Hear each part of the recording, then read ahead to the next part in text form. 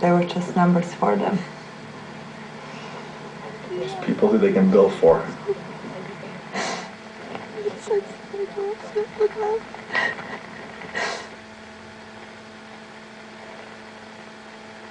This is a situation that was on the front page of the news, that was leading various network broadcasts for several days, and how that company manages that challenge will really dictate the future of that company. The first focus has to be for any company that finds itself in the type of crisis that Blackwater found itself in is, what do we need to do to preserve the financial business future of this company? This is a company whose success, economic success, is completely contingent upon funding from the U.S. government. Within the first 24 hours, Blackwater hired a DC lobbying firm called Alexander Strategies Group. ASG is one of those small handful of firms in 2004 that was part of the Republican conservative club. Blackwater itself, in particular its CEO and founder, Eric Prince, has long-standing ties to the conservative movement, particularly on the Christian Coalition side, had been very generous with his campaign contributions over the years. He and his family contributed over $2 million to Republican candidates and the Republican Party. I really don't want to talk to you, okay? Thank you. Well, I'll ask you some questions about your men in Fallujah. What happened there, sir? Fallujah happens the last day of March. Within 24 or 48 hours after that, they're literally on the Hill meeting with some of the most powerful members of Congress who really were going to dictate what was going to happen to this company in terms of its funding. They went to John Warner, who was the chair of the Armed Services Committee on the Senate side. They went to Duncan Hunter, who was a congressman from San Diego, who was the chair of the Armed Services Committee on the House side.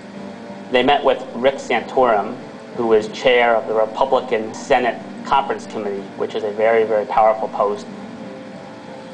Contractors are among those who have been taken hostage. They've also suffered terribly, injuries and loss of life, the most horrific of which occurred on April 13th of this year, Madam President, when the bodies of 4 contractors were burned, mutilated, and hung from a bridge in Iraq. Should we step up and try and do something about that problem? We will have to have very vigorous opposition to this amendment as it is presently drawn.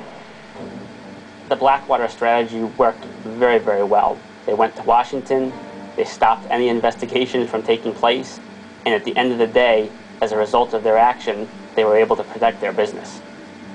They went out and they retained former high-ranking government officials, Cofer Black, who was a high-ranking official at the Central Intelligence Agency, Joseph Schmidt, who was the Inspector General at the Pentagon, and undoubtedly, when you go out and you retain high-ranking officials like that, they certainly are helpful in attracting new business, pursuing new business, and getting new contracts. Within a year after the Fallujah incident, they had received over $200 million in new government contracts.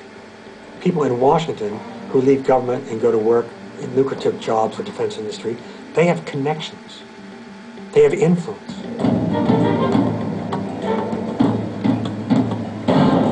Business boomed. They just built a brand new headquarters. That's a big expansion. It's a rather big expansion, but it's needed. Certainly we've left room for growth. Right, 8,000 square feet in the original building, 64,000 square feet here. The company says it can assemble hundreds of battle-ready men, a small private army at a moment's notice. Teams of Blackwater independent contractors are deployed around the world.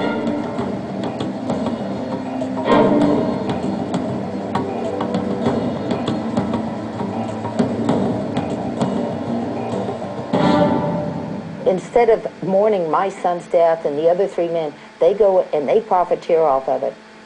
They were cutting every possible corner to make more money for them.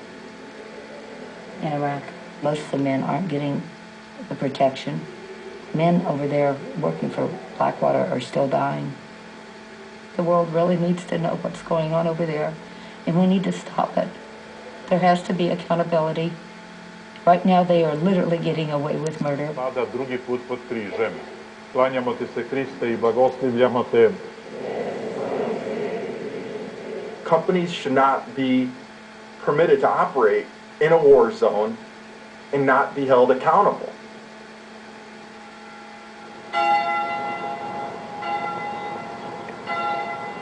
تضرب الناقوس قلت لها من علم الخوف ضربا بالنوى